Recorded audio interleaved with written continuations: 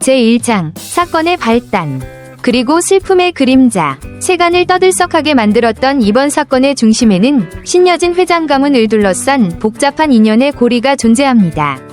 그 시작은 아주 사소한 만남이었을 수도 있으나 결국에는 거대한 비극과 거짓된 음모가 드러나며 많은 이들을 충격에 빠뜨렸습니다. 사건의 본격적인 서막은 바로 은총이라는 청년이 구하나를 만나지 못하고 혼자 집으로 돌아와 큰 슬픔에 잠긴 일이었습니다. 은총은 원래 밝고 순수한 영혼의 소유자였습니다. 그러나 부모님이 일찍 세상을 떠난 뒤 그는 신여진 회장의 손에서 자라게 되었습니다. 기구한 운명과 거센 풍파 속에서도 맑은 미소를 잃지 않던 은총은 어느 날 운명처럼 구하나를 만나 사랑에 빠집니다. 두 사람은 뜨거운 진심을 나누었지만 숨겨져 있던 가문이 원한과 이해관계가 뒤늦게 폭발하면서 안타까운 이별을 맞이하게 되었습니다. 특히 구하나가 더 이상 은총을 만날 수 없다고 작정한 뒤로 은총은 식사를 제대로 하지도 않고 방 안에 틀어박혀 감정적 허탈감에 빠져 있었습니다. 그의 주변에서는 모두가 애가 탔고 이런 모습에 가장 가슴 아파했던 이는 바로 황진구였습니다.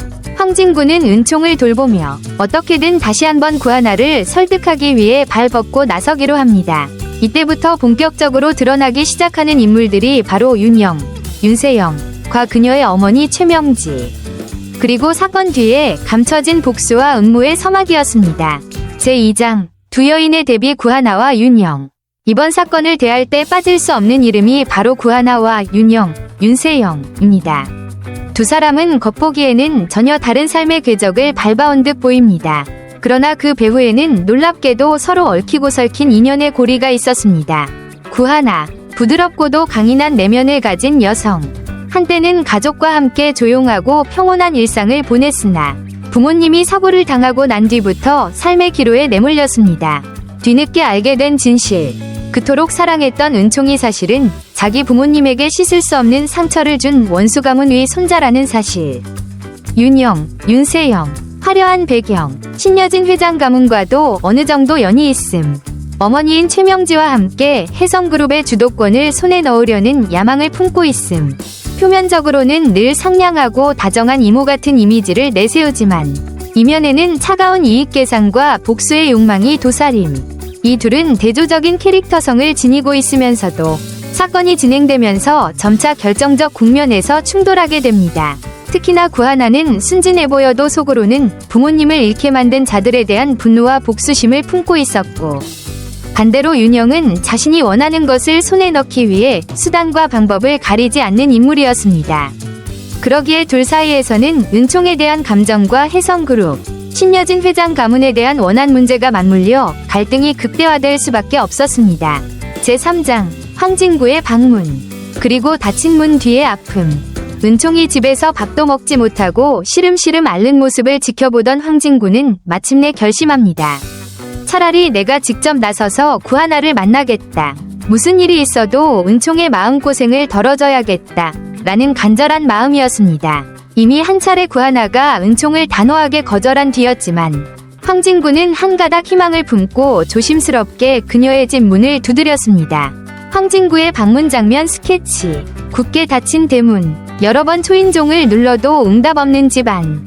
겨우 시간이 흐른 뒤 문틈 사이로 모습을 드러낸 구하나. 이미 눈가가 부어있고 수척해진 얼굴. 누구세요? 라고 묻는 목소리엔 피곤함과 냉담함이 배어있음. 황진구는 소파에 앉자마자 간곡한 목소리로 말했습니다. 하나씨, 은총이가 정말 많이 힘들어하고 있어요. 밥도 안 먹고 밤새 잠 못 이루고 울고만 있습니다. 당신을 못 본 이후로는 모든 게 무너진 것 같아요.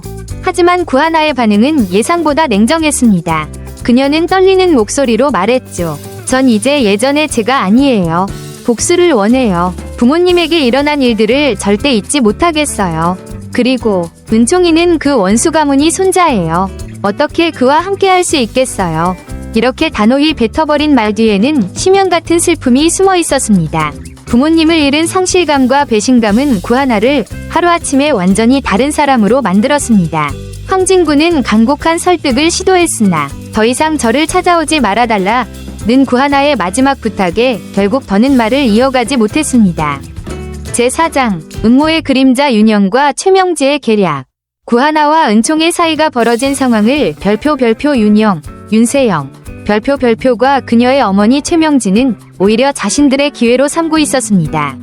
이 둘의 목표는 단 하나, 혜성그룹을 장악하고 신여진 회장 가문에서 확실한 지분을 얻는 것이었습니다.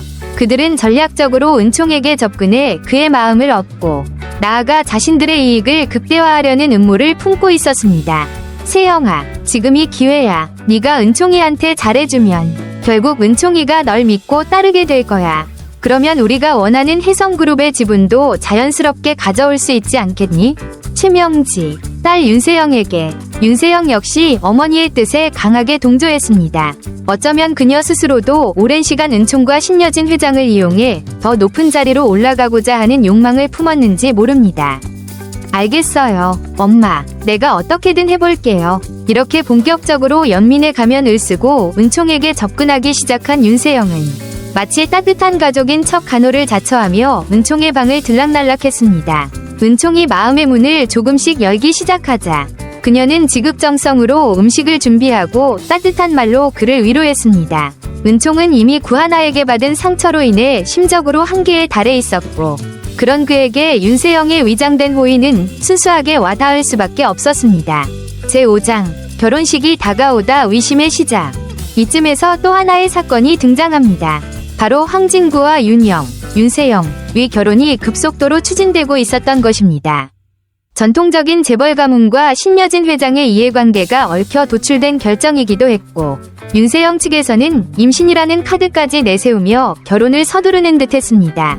하지만 뭔가 이상한 기운을 감지한 사람이 있었으니 바로 구지성이었습니다. 구지성은 황진구와도 오래전부터 사업적으로나 개인적으로나 교류가 있었고 이번 결혼 소식에도 여러모로 관여할 일이 많았습니다. 그가 의문을 품은 계기는 단순했습니다. 윤세영이 임신했다는데 전혀 배가 나오지 않는다는 사실. 게다가 그녀의 행동이나 몸 상태에도 어떤 특별한 변화가 느껴지지 않았던 겁니다. 저 사람 정말 임신한 거 맞아? 배도 전혀 나오지 않았고 입덧 같은 증상도 없어 보이는데. 구지성, 지인에게 조심스레. 한편으로 윤세영은 결혼 준비에 박차를 가하는 와중에도 자기 정체가 탄로 날까 전전긍긍했습니다. 최명지 역시 불안해하는 딸을 달래며 결혼식을 무사히 치르기 위해 치밀한 계획을 세웠습니다. 그중 하나가 바로 가짜 복대였습니다. 복대로 배를 부풀려 임신한 것처럼 보이게 만들고 주변의 의심을 잠재우겠다는 계략이었죠. 제6장 은총이의 우연한 목격. 윤세영은 집 안방에서 복대를 착용하던 중 문틈 사이로 지나가던 은총에게 그 모습을 들키고 맙니다. 아직 순수한 마음을 간직한 은총이었지만 이상한 느낌을 지울 수는 없었습니다. 세영 이모, 방금 뭘 하고 있었어요? 이상한 거 배에 감고 있던데. 은총, 윤세영은 순간 당황했지만 곧바로 날씨가 추워서 배를 따뜻하게 하려고 착용하는 거다 라고 둘러댔습니다.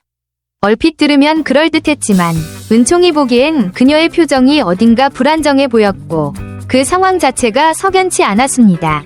그러나 당장에는 의심을 확신으로 바꿀 만한 증거가 없었기에 은총은 일단 입을 다물고 넘겼습니다. 하지만 이러한 사건이 은총의 머릿속에 계속 맴돌면서 그는 결국 황진구에게 이 일을 털어놓게 됩니다.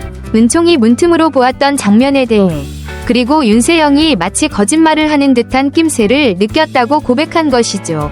제7장 가짜 임신의 폭로. 황진구는 은총의 말을 듣자마자 단순한 해프닝으로 넘기지 않았습니다. 이미 결혼식이 얼마 남지 않은 상황에서 윤세영의 임신이 진짜인지 확실히 검증해 볼 필요가 있다고 직감했습니다. 그는 신중하게 뒷조사를 시작했고 결국 윤세영이 복대를 차고 다니며 임신을 가장하고 있다는 사실을 정확히 확인했습니다. 마침내 가족들이 한자리에 모인 때를 틈타 황진구는 단호하게 선언했습니다. 이 결혼은 없던 일로 하겠습니다. 윤세영 씨의 임신은 거짓입니다. 충격에 빠진 신여진 회장과 주위 사람들 앞에서 그는 윤세영의 복대 착용 증거까지 제시하며 거짓말이 명백함을 증언했습니다. 윤세영은 눈앞이 하얗게 변할 정도로 당황했고 최명진은 왜 걸리지 말았어야 할 것에 걸렸냐는 분노 섞인 눈빛으로 딸을 노려보았습니다. 이로써 결혼식은 파국을 맞이했습니다. 아무리 재계의 이권과 결탁된 결합이라 해도 기본적인 신뢰와 양심이 무너진 관계를 강행하기엔 리스크가 너무 컸습니다. 결국 황진구는 거짓된 관계를 유지할 수 없다. 며 단호하게 자리를 떴고 윤세영과 최명지는 완전히 면목을 잃었습니다. 제8장 배우의 진실을 파헤치다. 사건은 여기서 멈추지 않았습니다. 윤세영과 최명지가 가짜 임신이라는 거짓말을 할 정도로 결혼을 서둘렀다면 그 이면에는 훨씬 더 큰 목적이나 비밀이 존재할 것이라 짐작한 사람들이 생겨났습니다. 이제 구지섬과 황진구는 힘을 합쳐 윤영, 윤세영과 최명지의 과거를 조사하기 시작했습니다.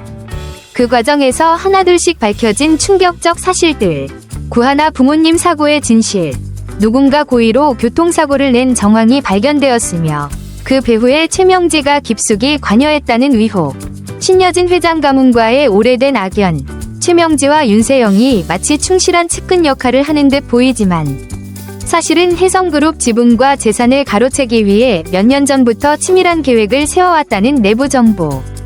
유진, 은총의 부모, 사고 연관, 오랜 시간 회장 가문 내에서 은총의 부모 사고에 대한 책임 소재가 흐릿하게 남아있었는데 알고 보니 윤세영과 최명지가 교묘하게 정황을 조작한 흔적이 드러남.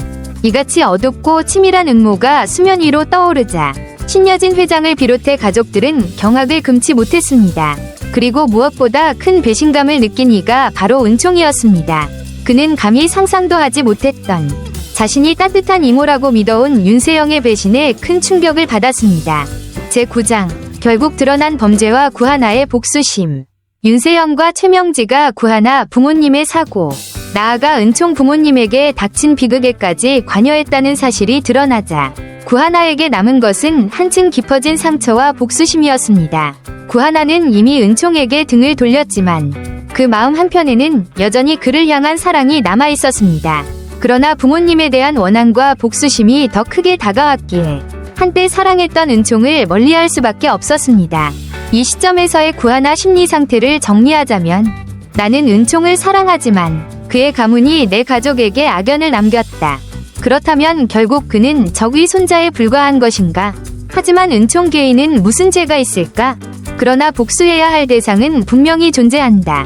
최명지와 윤세영, 그리고 그들을 방조해온 이들.